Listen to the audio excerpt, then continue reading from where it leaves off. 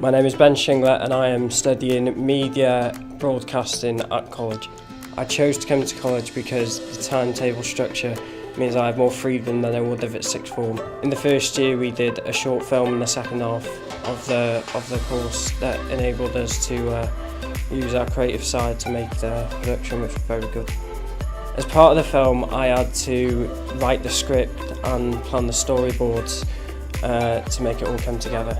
Making scripts, storyboards, that's kind of what I enjoy doing. I prefer the writing side than the actual editing side, but there's people that enjoy that side as well, so it all comes together.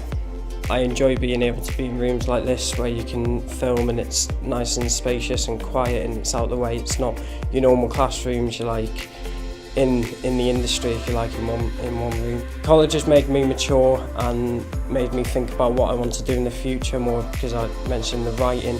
I want to become a journalist, so it's enabled me to kind of have that as a set career path for the future.